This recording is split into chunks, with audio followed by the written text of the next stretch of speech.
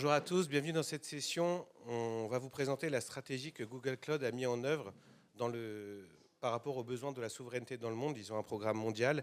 Essence est le premier partenaire de Google Cloud à avoir mis en place un cloud de confiance premium qui a été GA le 15 octobre 2025 et qualifié SecNumCloud le 17 décembre 2025.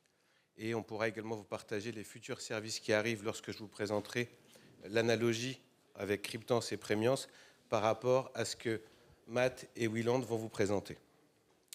Pour ceux qui ne me connaissent pas, je suis Benaroch, je suis Customer Engineering Manager chez Sens et j'ai l'immense privilège et honneur d'animer cette session avec le Dr Wieland Holfelder, VP Engineering chez Google Cloud et Matt Driscoll, Director of Product Management chez Google Cloud. Wieland, please. Merci, Michel. Bonjour à tous. That's pretty much all my French that I can offer. So I'm afraid that we will need to switch to English, but it's great to be here. Thank you for coming. It's an honor for us at Google Cloud to be at the Source Summit at such an important moment in time after the SecNumCloud certification that we saw in December last year. Nice Christmas present. And I just wanted to motivate a little bit what we're going through. I think it's almost not necessary for this audience, but nevertheless.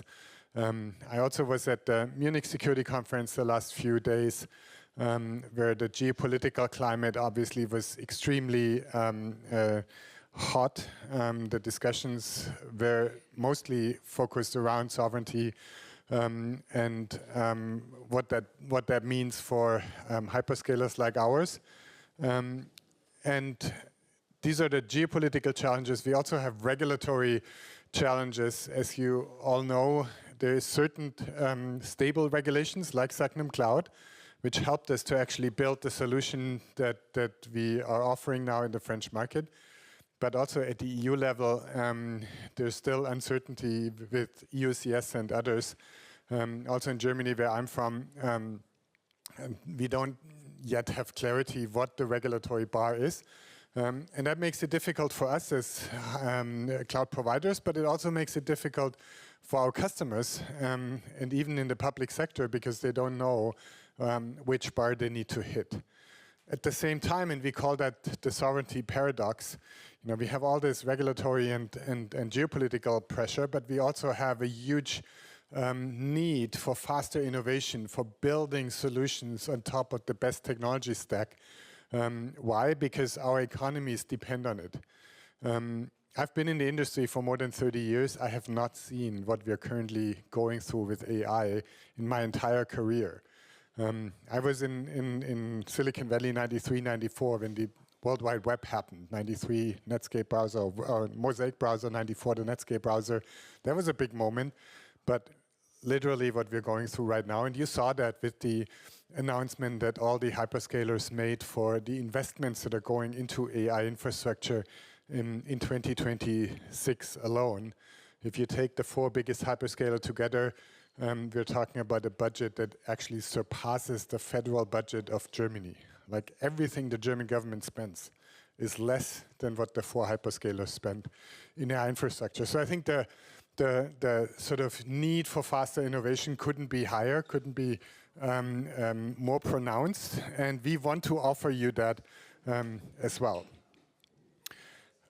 What is unique to Google Cloud is that we have a full stack offering which starts at the chip level. We're building our own, we call them tensor processing units, TPUs, since 10 years. We're currently in generation 7. And this is not something that we started when anybody else started to talk about this. We have focused on this already for 10 years. Sundar, our CEO, Sundar Pichai, 10 years ago said that Google needs to be an AI-first company, 10 years ago. And obviously a lot of the innovation from world-class research that you are aware of, the transformer architecture came from Google. And if you look at AlphaGo, for example, that was a breakthrough. AlphaFold for proteins, and then now AlphaGenome. all these are research breakthroughs that are coming out of Google DeepMind or Google Research. Obviously, we also have a big data set that we're building on, and Gemini has been the #1 model on many of the leaderboards for many, many months, if not close to a year.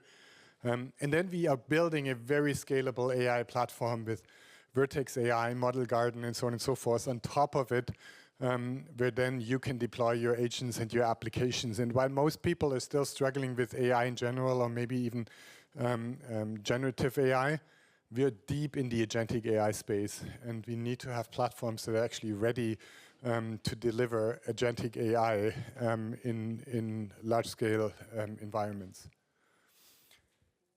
Now, from a European perspective, I'm not only for Google, I'm not speaking for Google Cloud only, but I'm also speaking as a European. If we actually look at the opportunity space, yes, there's a lot to do here, which is the sort of foundation models and also the hardware infrastructure, and this is sort of the investments that I was talking about. But if you actually look carefully on this chart, you realize that actually most of the potential sits in the application and services space. That's everything that you are building, that companies, customers are building. And so if we actually focus on getting infrastructures that provide us this, and yes, it's also reasonable to invest to see whether we can play in this, but don't get obsessed only on that layer. Actually focus on what you can do with AI and with the power that these infrastructures can deliver you. And we're seeing a huge potential.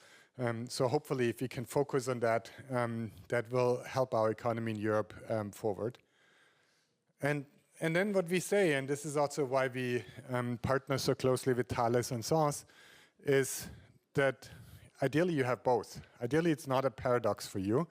Ideally you get the power of innovation, the power of data, and you get full control and full sovereign solutions. And that's what we really want to deliver. We're focused on making sure that you can actually focus on that big 75% opportunity that I showed you and don't have to worry about the lower layers because we, together with our partner, obviously, have you covered.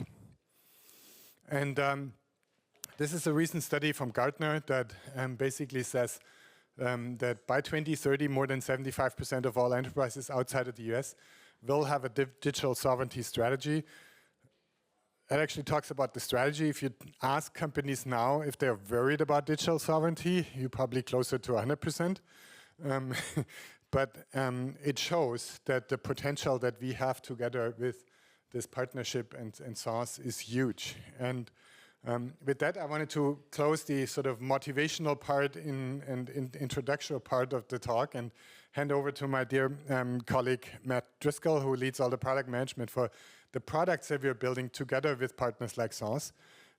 So you get a little bit more insight of the entire portfolio. So, oh no, that's not right. I have one more slide. I'm sorry.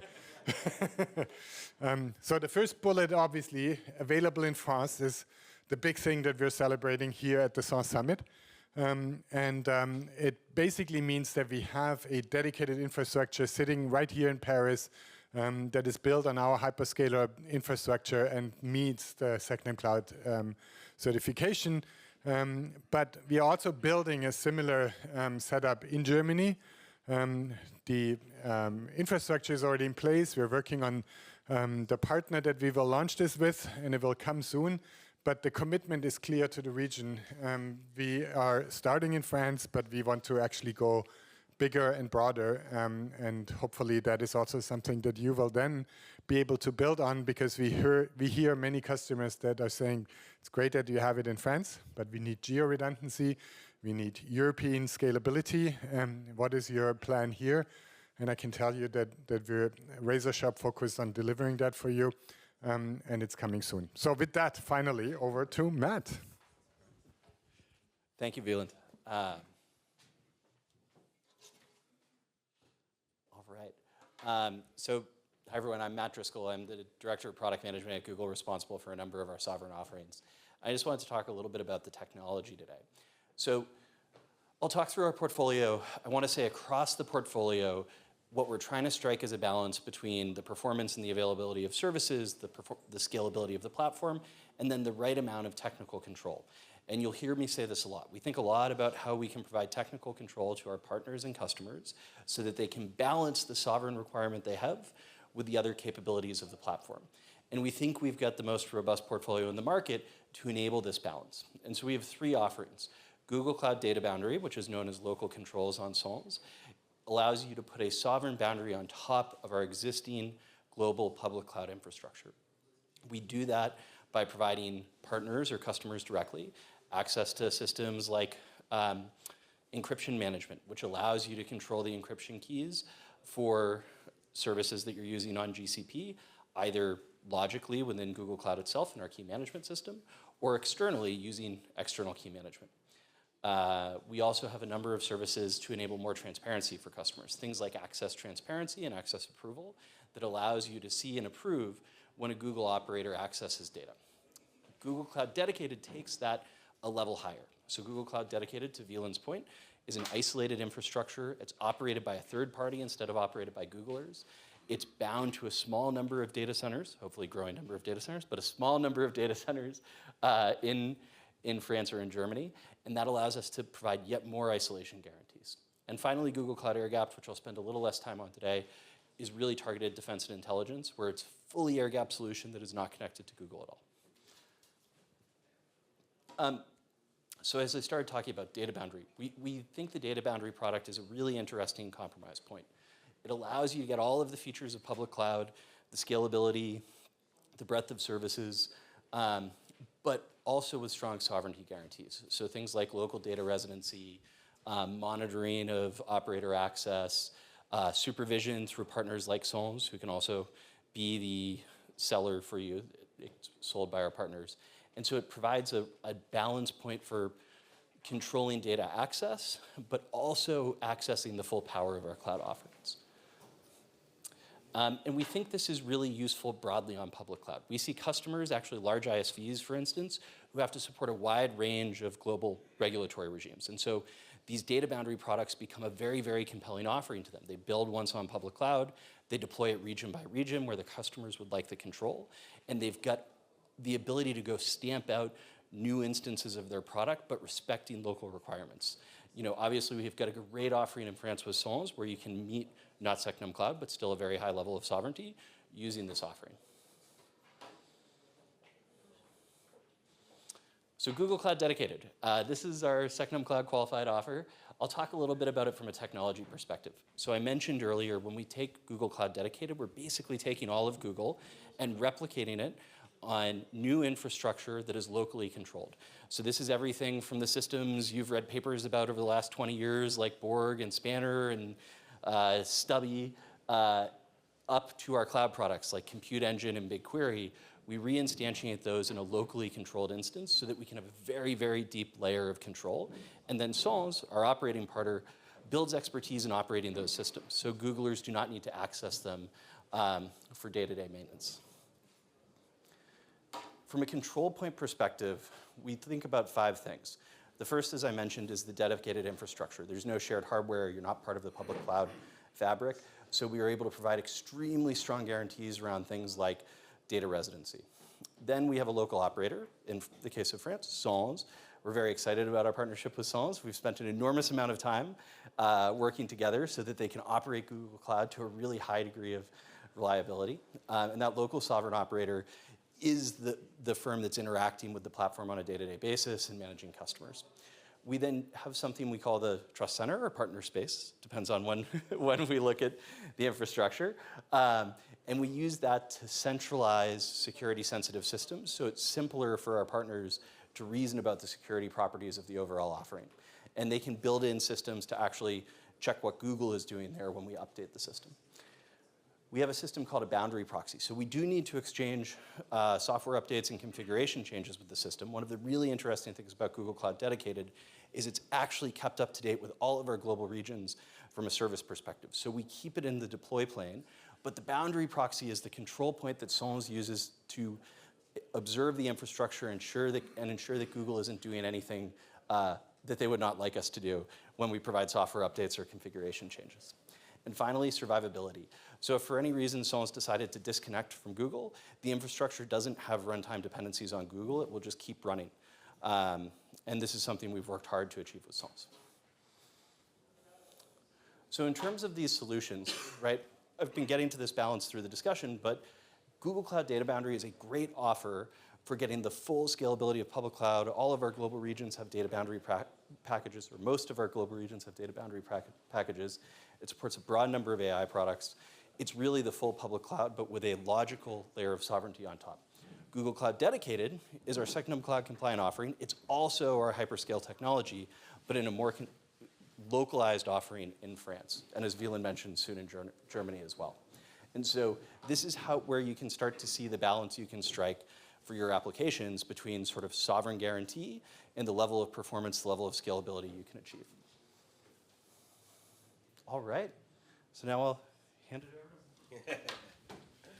Thank you, Matt.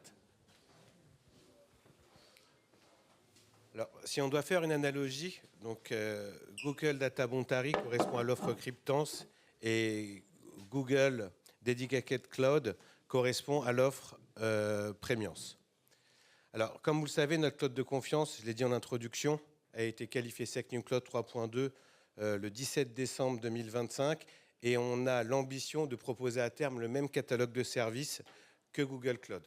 Dans la version 1, on a déjà un catalogue de services qui est beaucoup plus riche que nos confrères. On a déjà des services SaaS, des services data comme BigQuery, BigQuery ML, Cloud SQL avec la disponibilité de PostgreSQL et MySQL. Également tout ce qui est GKE en version autopilote, Artifact Registry pour stocker les images. Et dans la Wave 2, il va y avoir également pas mal de services qui vont arriver avec des services comme Bigtable, Cloud Spanner, Cloud Run, Cloud Build, et également Partner Interconnect, et également Dataproc, Cloud Composer, Secret Manager et bien d'autres. Comme l'a expliqué Christophe Salomon ce matin, en clôture de la keynote, on a mis en place un processus avec l'ANSSI qui va nous permettre de pouvoir qualifier finement les nouveaux services. On va pouvoir les qualifier par échantillonnage en fonction de leur complexité pour permettre à nos clients de délivrer plus rapidement ces services et pour vous apporter plus rapidement des services innovants pour vous aider à proposer de la valeur à vos métiers. Il y a également Vertex AI qui va arriver en H1 2026. On a fait une démo avec la vision produit dans une session auparavant où on a présenté le déploiement d'un modèle GEMA sur Vertex AI. Il y a également d'autres GPU qui vont arriver, des RTX 6000 et également des B200, des GPU plus puissantes que les H100. Alors après, par rapport à Prémiance, il faut savoir que nous, on a également mis en place, en plus des exigences de la qualification SecNumCloud, il y en a à peu près 276, on a également mis en place les recommandations. Et comme on fait partie du groupe Thales, on va toujours un peu plus loin dans la sécurité. On a également mis un HSM qui est qualifié par l'ANSSI. On a un SOC qualifié P10 qui supervise notre cloud de confiance sur la partie réseau sécurité, qui est le SOC de Thales. On a également mis des EDR, des sondes réseau, et on a également un système, tout le système d'administration. Donc toutes les voies au niveau de l'administration ont leur propre voie d'accès au niveau infrastructure et également au niveau logique. Et on garantit que la région continue à fonctionner dans le cas où on perde une AZ. Bien évidemment, il y a un RTO, RPO 0 si vous avez mis en place des architectures cloud natifs avec des containers et également une base de données en service managé qui permet d'avoir un RTO, RPO 0. Il y a aussi une chose très importante qu'on a mis en place dans Prémiance, c'est qu'on a une sandbox. Et il faut savoir que toutes les mises à jour qui arrivent dans notre cloud de confiance passent par la sandbox. Il y a des tests automatisés qui permettent de qualifier les services pour vérifier qu'il n'y a pas de faille de sécurité. Et ensuite, ils sont passés en production. Il faut savoir que Google Cloud a un cycle qui met 15 jours pour faire l'intégralité de ces mises à jour au niveau mondial. On l'a expliqué ce matin, il y avait 41 régions chez Google Cloud. Maintenant, il y en a 42 avec l'arrivée de Prémiance. Et on reste dans ce délai de mise à jour, puisque nous, on reçoit les mises à jour au bout de 3 jours. La qualification qui est industrialisée dans Sandbox dure 10 jours, et ensuite, on pousse les mises à jour en production. Ce qui est très important dans ce partenariat, c'est que c'est quand même une première, c'est qu'on est autorisé à auditer le code si on s'aperçoit qu'il y a une faille de sécurité. Et ça, c'est une première qu'un hyperscaler donne accès au code. C'est jamais vu, c'est la première fois que ça a été mis en œuvre. et Thales est autorisé à auditer le code fourni par Google Cloud des services. Aujourd'hui, on est présent dans tous les secteurs d'activité. Healthcare, donc on travaille avec un CHU, on travaille aussi dans le digital native avec Doctolib également. Ils ont témoigné ce matin lors de la keynote. Financial Services, on travaille avec des assurances. La MGN a passé en production des applications alors qu'on n'était même pas encore GA. Ils avaient confiance en notre solution, confiance en nos équipes, confiance en la qualité de service qu'on est capable de délivrer. Et ça a été un succès puisqu'ils ont réussi, par rapport à leurs contraintes qu'ils avaient, de pouvoir migrer les applications sensibles en production avant la GA et en plus sans aucun incident qui a été constaté. Au niveau du secteur public, on a également des universités, on a également la DSNA, Mickaël, qui est parmi nous, a pu témoigner ce matin lors de la keynote, et on continue à déployer également des workloads avec eux. Et au niveau manufacturing, bien évidemment, on a Thales. Avec Thales, aujourd'hui, on a déployé beaucoup d'applications. Il faut savoir qu'il y a un projet qui s'appelle T-SOC chez Thales, qui est le SOC de Thales, qui est aujourd'hui en production et hébergé dans le cloud de confiance. Et on travaille également avec EDF sur la mise en œuvre de la landing zone pour pouvoir aussi tester les premiers cas d'usage. Que ce soit sur Cryptance ou Prémiance, on est présent dans tous les secteurs d'activité. Aujourd'hui, on a à peu près 40 clients sur Prémiance et environ une soixantaine de clients sur Cryptance. Alors, notre objectif, c'est de vous proposer un continuum d'offres technologiques qui permet de pouvoir héberger la donnée en fonction de son bon niveau de sensibilité. Pourquoi ? Pour vous permettre d'avoir un système d'information qui ne fonctionne pas à deux vitesses. Pendant longtemps, les données publiques, elles pouvaient aller dans le cloud public et les données plus sensibles ne pouvaient pas aller dans le cloud public pour des raisons de confidentialité et de sensibilité. Et donc, ce qui faisait que vous aviez un système d'information à deux vitesses où les données les plus riches de votre récit ne pouvaient pas bénéficier du meilleur de la technologie.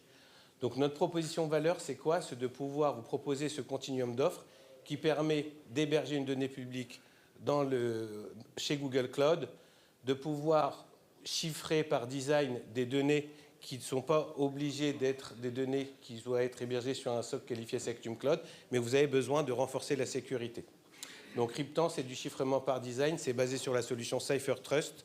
Il faut savoir que chez Google Cloud, toutes les données sont chiffrées au transit et au repos. Donc nous, ce qu'on fait, c'est qu'on vient chiffrer par encapsulation les clés de Google, on les externalise et on les héberge dans nos data centers. Et ensuite, quand la donnée doit être accessible, il y a une requête API qui part vers nos data centers, retour de requête API qui permet de déchiffrer la clé et d'accéder à la donnée. Et ensuite, notre offre premium, qualifiée SecNumCloud 3.2, qui permet pour vos données sensibles de bénéficier du meilleur de la technologie. Bien évidemment, vous savez faire du Google Cloud, vous savez faire du Cryptance. Cryptance est disponible sur 3 régions, France, Pays-Bas, Belgique. Et Prémiance, c'est notre région qui est disponible en Île-de-France et qui est déjà en production. Donc, comment démarrer avec sens? Alors, ce qu'il faut, c'est commencer à faire ensemble des workshops. Bien évidemment, vous présentez aussi notre proposition de valeur et la différence entre les 3 offres, parce que chaque réglementation est différente. Il y en a qui vont être soumis à la LPM, d'autres vont être soumis à DORA, et d'autres vont être soumis également à la qualification SecNumCloud 3.2. Donc, il y a toute la réglementation qu'il faut prendre en compte, également la classification des données, à quel point vous êtes mature au niveau de cette classification. Est-ce que vous avez pu faire tout ce travail pour catégoriser vos données sensibles, critiques et également publiques? Parce que c'est ça qui va vous permettre aussi de pouvoir héberger vos applications dans l'une des 3 offres. Après, il ne faut pas oublier que la donnée, elle est mouvante. Un jour, elle est publique et pas sensible, le lendemain, elle le devient. Ou alors, une donnée sensible peut devenir critique et vice-versa. Le fait d'avoir un continuum technologique, ça vous permet de pouvoir faire évoluer vos applications et pouvoir les transférer vers une offre où vous avez besoin d'être compliance par rapport au niveau de conformité que vous attendez. Au niveau de la console, c'est la même chose. Alors que ce soit pour Google Cloud, France, Belgique, Pays-Bas, vous aurez accès aux services, bien sûr, de Google Cloud public et également à Cryptance. Vous êtes dans la même console. Et quand vous allez sur Prémiance, c'est une autre console. Par contre, c'est exactement le même fonctionnement, c'est exactement la même ergonomie, c'est la même façon de consommer les services. Vous faites du Terraform, c'est exactement la même chose. Tous les outils d'infrastructure as a code sont identiques. La seule chose, c'est que vous allez changer d'univers. Vous n'allez pas être sur api-googlecloud.com, vous allez être sur api.sens.fr. Et après, dans le modèle de delivery, ça va être exactement la même chose. Maintenant, on va pouvoir passer à la session de questions-réponses. Et je vais demander à Wieland et Matt de venir pour pouvoir s'y prêter. Merci. Est-ce que vous avez des questions? Oui. Thank you for the presentation. What's your take on your concurrent AWS and the European region they just opened? I mean, from a different perspective, because the strategy is similar but not the same, where you are like targeting country by country, like with Italia, with Germany, and instead of just choosing like, I'm going to build in Germany like a whole European region, because in the end, there's like regulations similar to the SecNumCloud, but at the European level, and you can address directly the whole European market. So what makes you like more inclined to go to a specific country instead of a... Yeah, so the decision we took is that we want real sovereignty in the sense that actually a partner operates the infrastructure, which is not the case with the Amazon approach. And you know, they have a different interpretation of what they want to offer. We want to give you real sovereignty, where we actually are completely hands-off from our infrastructure, and that gives you all the control and all the sovereignty that you really need. And that's as far as I can go, because that's their decision. If you look at SecNumCloud with the approach that they're taking, you're probably not getting there. Est-ce qu'il y a d'autres questions? Oui.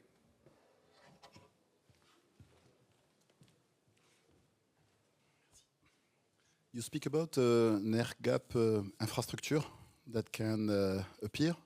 Is something planned, is already available, is in the roadmap of Sense, is linked to the diffusion restreint goal of Sense?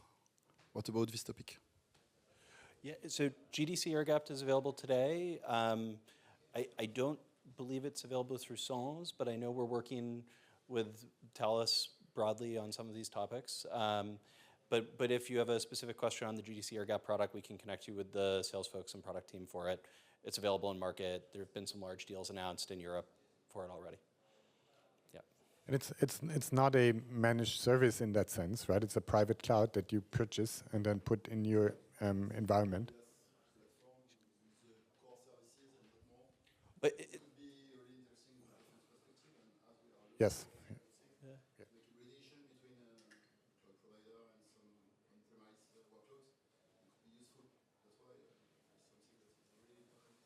Yeah.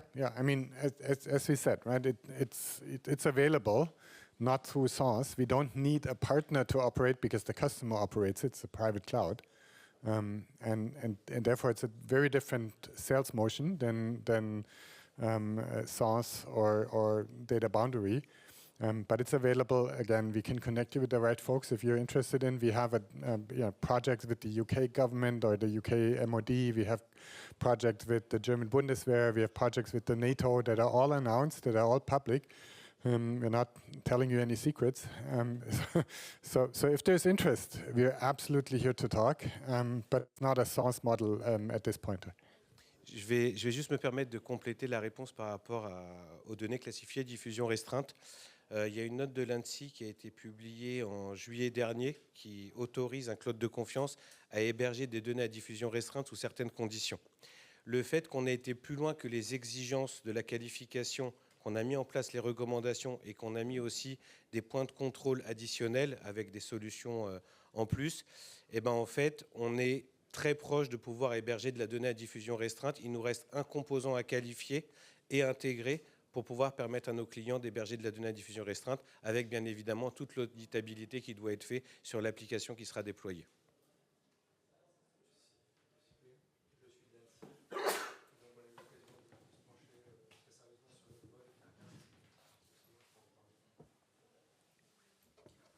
And you have a third offer, which is Google Cloud, Google Distributed Cloud Edge. which where the data is on-premise and the control plane is more or less in GCP. And do you plan to bring that to Prometheus? We don't have any plans that I'm aware of. We could chat more about it. The control plane there is under Google Control, so it's a little bit of a different offering when it comes to sovereignty capabilities. It is targeting the edge, you know, on a factory floor in a retail location a bit more. But you know, happy to answer any questions about that. Il me semble qu'il y avait une autre question. J'avais vu un bras levé. Non. Bon, bah, je vous remercie pour votre attention, votre disponibilité. Merci pour cette session.